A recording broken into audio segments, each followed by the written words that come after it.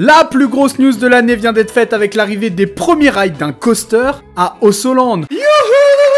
Enfin! Annoncé en 2022, le nouveau parc polonais devait à la base ouvrir en 2024, puis décalé au 31 mai 2025 avec une annonce le 30 septembre dernier suite à une conférence de presse, et 4 mois après, 4 mois, sans communication de leur part, Ossoland revient avec des images des rides d'un de leurs coasters. Ces magnifiques rails bleus font partie de la montagne russe phare du parc, le fameux Ghost Rider qui se rapproche de l'entrée dans la zone du village des pêcheurs et de la sirène. Construit par l'entreprise néerlandaise Vekoma, ce modèle fera 893 mètres de long, 53 mètres de haut et atteindra les 117 km/h grâce à une propulsion magnétique. Le parcours sera quant à lui composé de plusieurs éléments bien punchy. Après le launch, le parcours enchaîne avec un reverse top pad qui promet un bel airtime.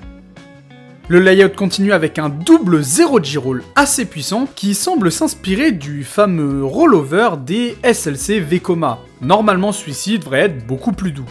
On enchaîne avec un Immelmann très ample finissant sur une petite partie en stall qui va nous faire pendre dans le vide, puis un camelback offrant un excellent airtime avant d'arriver sur un élément inédit. Une Earthline Roll en descente juste après un virage. Une figure clairement inspirée du Barrel Roll Down Drop iconique de RMC que beaucoup de fans considèrent comme l'une des meilleures inversions du monde.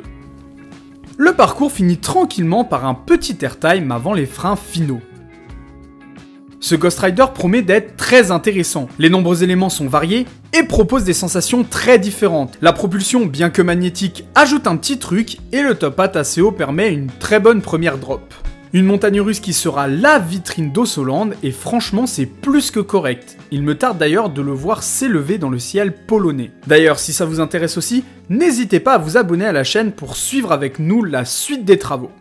Mais en dehors de cette nouvelle qu'on n'attendait plus, qu'est-ce qu'il s'est passé pendant 4 mois? Eh bien pas grand chose hein. À partir du moment où l'entreprise qui s'occupe de construire le parking communique plus que le parc, eh bah ça montre à quel point il se passe pas grand chose à Ossoland hein. D'ailleurs, un grand merci à toutes les personnes qui vont sur place pour proposer des photos et vidéos du chantier parce que sans eux, bah on n'aurait aucune nouvelle du développement du parc hein.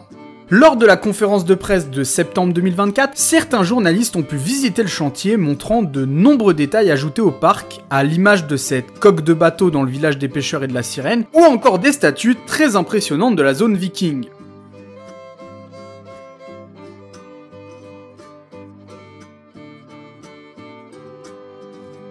Finalement, l'endroit qui a le plus avancé, c'est l'entrée d'Ossoland qui est presque terminée et montre un très beau portail qui permettra de pénétrer dans le parc. Pour ce qui est de la zone minière située au nord d'Ossoland, les bâtiments continuent à recevoir des finitions avec de la peinture et les vitres. Un lieu avec plein de couleurs plutôt jolies dont je pense qu'il sera très agréable de s'y balader. La zone viking à droite avance également avec pas mal de bâtiments en cours de construction à plusieurs endroits et notamment à proximité du futur raft du parc. En revanche, pour le royaume de Baltambria, 4ème et dernière zone du parc, bah ça reste un immense terrain vide. À la limite, ça sert d'entrepôt.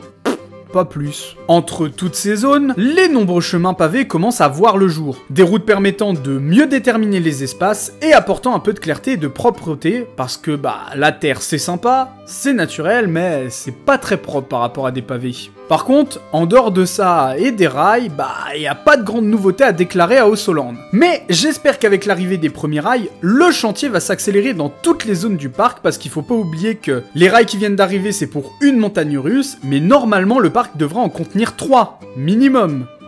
Donc j'espère que le chantier va vraiment s'accélérer et que les équipes du parc nous partageront cette progression des travaux. Normalement, si tout va bien, la fréquence de ces vidéos de suivi de chantier d'Ossoland devrait être plus récurrente à l'avenir et comptez sur moi pour analyser et vous partager chaque détail du parc. Le chrono continue de tourner, il reste 4 mois avant l'ouverture. Voilà, j'espère que cette vidéo vous a plu, n'hésitez pas à liker, partager et à vous abonner pour suivre l'évolution d'Ossoland à l'avenir, et moi il ne me reste plus qu'à vous dire à très vite pour une prochaine vidéo, do widzenia!